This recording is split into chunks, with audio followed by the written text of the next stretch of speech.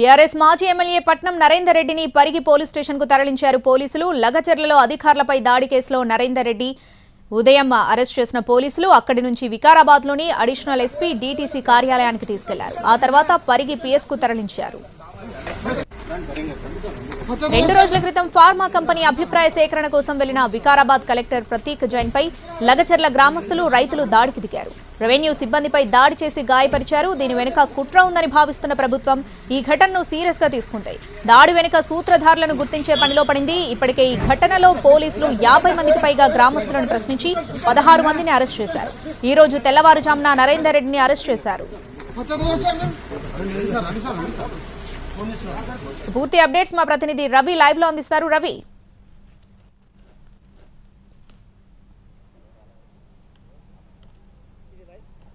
ఈ రోజు ఉదయం హైదరాబాద్ లో అరెస్ట్ చేసినటువంటి మాజీ ఎమ్మెల్యే పట్నం నరేందర్ రెడ్డిని వికారాబాద్ కు డీటీసీకి తీసుకొని వచ్చారు. అక్కడ 3.5 గంటల పాటు విచారించిన తర్వాత నేరుగా పరిగి పోలీస్ స్టేషన్ తీసుకొచ్చారు. ప్రస్తుతం పరిగి పోలీస్ స్టేషన్ లో పట్నం నరేందర్ రెడ్డి ఉన్నాడు. ఇక్కడికి తీసుకొచ్చి కూడా దాదాపు గంట కావస్తుంది. కాసేపట్లో ఇక్కడ నుంచి తరలించేందుకు అధికారులు పూర్తిగా ఏర్పాట్లు చేశారు. ఇక్కడ నుంచి నేరుగా కొడంగల్ కోర్టుకు తీసుకొని వెళ్లే అవకాశం ఉంటుంది. అయితే వైద్య పరీక్షలు ఇక్కడే పరిగి హాస్పిటల్లో పూర్తి చేస్తారా, లేకపోతే నేరుగా కొడంగల్లో తీసుకొని వెళ్లి కొడంగల్ హాస్పిటల్లో వైద్య పరీక్షల తర్వాత కొడంగల్ కోర్టులో మ్యాజిస్ట్రేట్ ముందు హాజరుపరుస్తారా అనేది చూడాలి. ఎప్పుడైతే ఈ రోజు ఉదయం తనను పట్నం నరేందర్ రెడ్డిని అదుపులోకి తీసుకున్నారో నేరుగా వికారాబాద్ కు 10 గంటలకు తీసుకొని వచ్చారు. అక్కడ 3.5 గంటల పాటు విచారించారు. ముందుగా ఎస్పీ 2 గంటల పాటు విచారించిన తర్వాత ఐజీ సత్యనారాయణ కూడా అక్కడికి చేరుకున్నారు. మరొక 1.5 గంటల పాటు తాను కూడా విచారించాడు. ముఖ్యంగా లగ్చర్లలో దాడి ఘటనలో ఎవరైతే ఏవన్గా ఉన్నారో సురేష్ అనే వ్యక్తితో పట్నం నరేందర్ రెడ్డి దాదాపు 42 సార్లు కాల్లో మాట్లాడినట్టుగా కాల్ లిస్ట్ తీసుకున్నారు. ఆ ఆధారాలతోనే పట్నం నరేందర్ రెడ్డిని అరెస్ట్ చేశారు. ముఖ్యంగా ఏవన్ సురేష్ అనే వ్యక్తితోన దాడి జరగడానికి ముందు రోజు, దాడి జరగడానికి కొన్ని గంటల ముందు, దాడి జరుగుతున్నటువంటి సమయంలో మొత్తంగా కలిపి దాదాపు 42 గంటలు మాట్లాడారు అనేది కాల్ డేటాను పోలీసులు సేకరించారు. ఆ ఆధారాలతోనే పట్నం నరేందర్ రెడ్డిని అదుపులోకి తీసుకొని విచారించారు. ఎందుకు సురేష్ కు అన్నిసార్లు కాల్ చేయాల్సి వచ్చింది అనే దానిపైన ఆరా తీశారు. అయితే పట్నం నరేందర్ రెడ్డి మాత్రం నేను ఆ ప్రాంత ప్రజా ప్రతినిధిగా ఉన్నాను, అదే నియోజకవర్గానికి నేను మాజీ ఎమ్మెల్యేగా ఉన్నాను కాబట్టి అక్కడ జరుగుతున్నటువంటి రైతుల సమస్యలు కానీ లేకపోతే అక్కడ జరుగుతున్న ఫార్మాసిటీ భూములకు వ్యతిరేకంగా ఉన్నటువంటి రైతుల విషయాలు తెలుసుకోవడానికే నేను సురేష్ కు కాల్ చేశానని చెప్తున్నారు. అయితే సురేష్ ప్రధానంగా బీఆర్ఎస్ మండల నేతగా ఉన్నాడు కాబట్టి తనను ఈ రోజు పట్నం నరేందర్ రెడ్డి మోటివేట్ చేసి సురేష్ తోన వ్యక్తిగతంగానే ఖచ్చితంగా దాడి చేయించాడు. ఒక కుట్రపూరితంగానే ప్లాన్ ప్రకారంగానే దాడి చేయించారు. ఈ దాడి ఘటన అంతా కూడా పట్నం నరేందర్ రెడ్డి డైరెక్షన్ లోనే జరిగిందని పోలీసులు ఇప్పటికే రిమాండ్ రిపోర్ట్ లో కూడా పేర్కొన్నారు.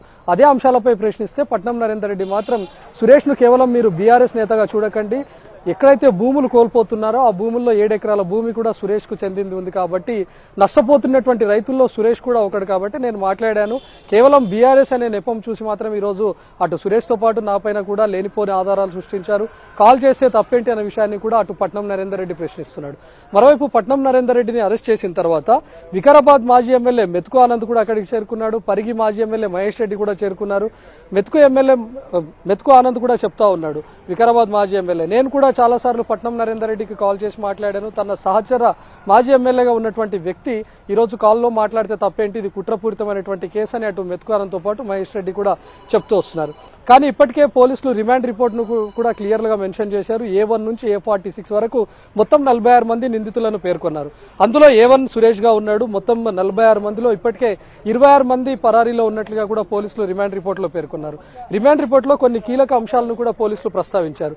ఇది ఉద్దేశపూర్వకంగా జరిగినటువంటి దాడిగా కూడా పేర్కొన్నారు. ఎందుకంటే లక్షర్ల గ్రామ శివారులో అధికారులు ప్రజాభిప్రాయ సేకరణ సమావేశాన్ని ఏర్పాటు చేశారు. కానీ ఆ సమావేశానికి వచ్చినటువంటి సురేష్ అక్కడ ఉన్నటువంటి అధికారులను మేమెవరూ ఇక్కడ సమావేశానికి హాజరవడం లేదు, రైతులు కానీ గ్రామస్తులు కానీ ఎవరు ఈ సమావేశానికి రారు, మీరే గ్రామంలోకి రావాలి అని చెప్పి కలెక్టర్ను ఇతర అధికారులను అందరినీ కూడా మోటివేట్ చేసి తను గ్రామంలోకి తీసుకొని వెళ్లాడు.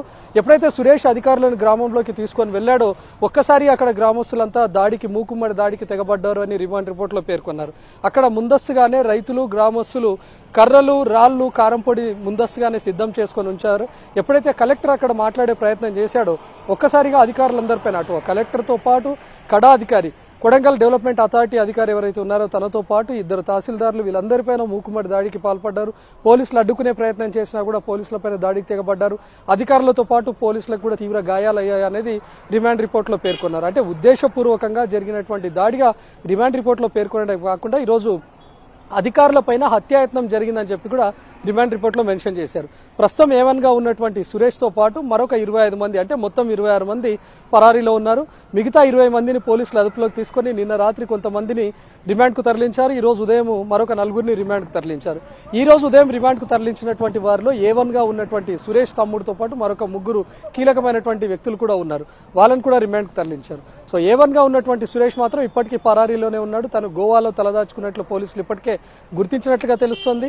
సురేష్ను పట్టుకోవడానికి కూడా 2 బృందాలు కూడా గోవాకి వెళ్ళినట్లుగా తెలుస్తోంది. సో మిగతా ఎవరైతే పరారీలో ఉన్నారో వాళ్ళ కోసం కూడా పోలీసులు గాలిస్తున్నారు.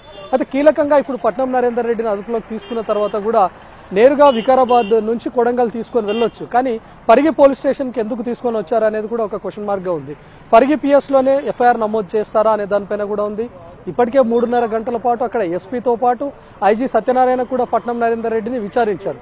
ఆ తర్వాత ఎప్పుడైతే పరిగి పోలీస్ స్టేషన్కు పట్నం నరేందర్ రెడ్డిని తీసుకొని వచ్చారో పట్నం నరేందర్ రెడ్డితో పాటు ఎస్పీ ఐజీ కూడా ఇక్కడికి చేరుకున్నారు. దాదాపు ఇక్కడ మరొక గంట పాటు కూడా విచారిస్తున్నారు. కాబట్టి ఇక్కడేమైనా కీలకమైనటువంటి ఆధారాలు సేకరించారా, రైతులకు డబ్బులు ఇచ్చి మరీ దాడి చేయించారా అని కాంగ్రెస్ శ్రేణులు ఆరోపిస్తున్నారు. కాబట్టి దానికి సంబంధించినటువంటి ఆధారాలు ఏమైనా సేకరించారా అనే దానిపైన కూడా ఇప్పుడు ఒక సస్పెన్స్ గా మారింది. సో మరి కాసేపట్లో పట్నం నరేందర్ రెడ్డిని పరిగి పోలీస్ స్టేషన్ నుంచి కొడంగల్ కోర్టుకు తరలి